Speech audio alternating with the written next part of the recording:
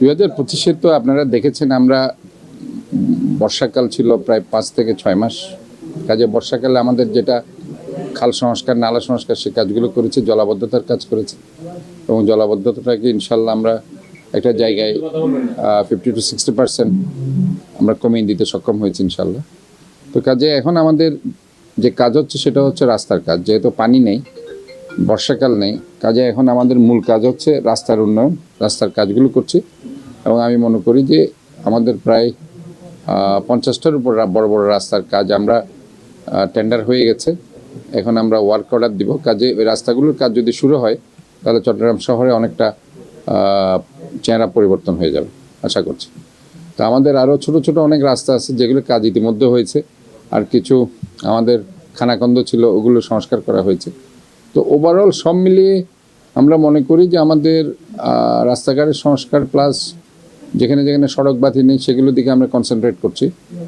আর আমাদের এখন মূল কাজ হচ্ছে একটা অ্যাপস আমরা তৈরি করতে যাচ্ছি, যেটা আমার চট্টগ্রাম শহরের প্রায় 10টা সার্ভিস, যেটা ময়লা পরিষ্কার থেকে শুরু করে, নালা পরিষ্কার থেকে শুরু করে, সড়ক বাতি থেকে শুরু করে, রাস্তা থেকে শুরু করে, আপনার শিক্ষা স্বাস্থ্য থেকে শুরু করে সব মিলিয়ে এইগুলো যাতে ঘরে বসে মানুষ সার্ভিসগুলো পায়, কোনো ম্যানহোলের ডাকনা যদি না থাকে অথবা কোনো স্ল্যাব না থাকে, সেগুলো পিকচার তুলে তারা পাঠাতে পারবে। সোফার এই ধরনের একটা অ্যাপস আমাদের চট্টগ্রাম আমরা ইনশাল্লাহ উইদিন শর্ট টাইম চট্টগ্রামবাসীর জন্য উপহার দেব। এটা আসলে তো ইনফ্যাক্ট জলাবদ্ধতার ব্যাপারটা হচ্ছে কি, এটা প্রায় 20, 25, 30 বছর ধরে এই সমস্যাগুলো ছিল।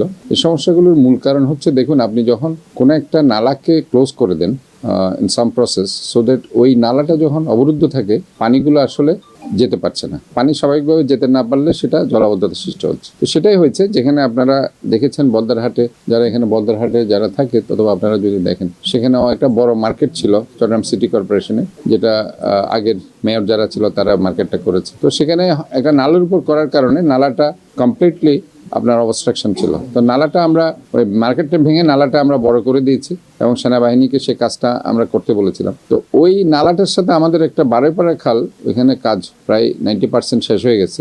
ওই বারেপাড়া খালের সাথে নালার সাথে আমরা সংযোগ করে দেওয়াতে বদ্দারহাট, মির্জাপুর, মুরাদপুর, তারপর আপনার চানগাঁও, বৃহত্তর বাকলিয়া, ওই সাইডে আপনার পানিগুলো আমরা কমিয়ে দিতে পেরেছি। আর আগ্রাবাদ সাইডে আপনারা দেখেছেন একটা বক্স কালভার্ট ছিল, যেটা 27 বছর ওই কালভার্টটা কেউ হাত দিতে পারেনি। তো ওই কালভার্টটা আসলে রিস্কিও ছিল, ওটা আপনার পরিষ্কার করার সময়, যেহেতু সেখানে অনেক পুরানো বিভিন্ন ধরনের কার্বনিল ক্লোরাইড, ফরজিন গ্যাস, বিষাক্ত গ্যাস সেখানে জমে হয়তোবা রিস্কি একটা কন্ডিশন হতে পারে। তো সেই অবস্থা আমরা নৌবাহিনীকে সে কাজটা দিয়েছিলাম। প্রায় 3.5 কোটি টাকা ব্যয়ে সে কাজটা করা হয়েছে। সেখানে নাসির খাল আছে, নাসির খাল সংস্কার করা হয়েছে।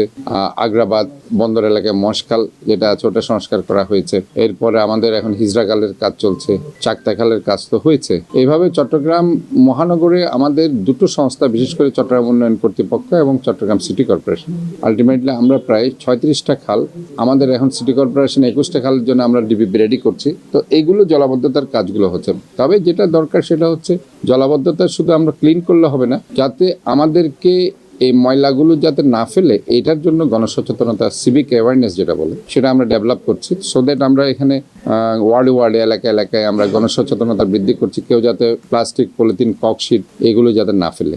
এবং সেখানে আলটিমেটলি এগুলি ফেলার কারণে গিয়ে জলাবদ্ধতা থেকে আপনার প্লাস্টিক, পলিথিনের উপর পানি জমে, সেখানে এডিস মশার লার্ভা জন্মে এবং ডেঙ্গু, চিকুনগুনিয়া হচ্ছে। তো সব মিলিয়ে আমার মনে হয় সিভিক অ্যাওয়ারনেসটা ইম্পর্টেন্ট, কারণ আমরা যতই টাকা দিয়ে ক্লিন করি না কেন, মানুষ যদি ফেলতেই থাকে তাহলে আলটিমেটলি আমাদের টাকাটা অপচয় হচ্ছে। তো ওই জায়গায় আমরা একটা ডোর টু ডোর প্রকল্প চালু করেছি এবং ময়লাগুলোকে আমরা কমপ্লিটলি চাচ্ছি যে কালেকশন করতে। হয়তোবা এখন যারা বাড়িতে 70-80 টাকা দিচ্ছে তাদের কিছুটা কষ্ট হলেও একটা সময় এসে তাদেরকে এটা কার দিতে হবে না। এবং আমরা মনে করছি ওটা ওইভাবে আমরা একটা সাস্টেনেবল সিটি গড়ে তুলতে পারবো। কারণ আমাদের প্রায় 1600 কিলোমিটার নালা আছে, ড্রেন আছে, এগুলো আমরা কন্টিনিউয়াস প্রসেস ক্লিন করতে হচ্ছে। নতুন বছর ইনশাল্লাহ আমরা আশা করছি যে আমাদের মূল কাজ হচ্ছে এই শহরের মানুষগুলো যাতে নিরাপদে থাকুক, যার কারণে আমাদের একটা স্লোগান আছে, clean, green, healthy and safe city.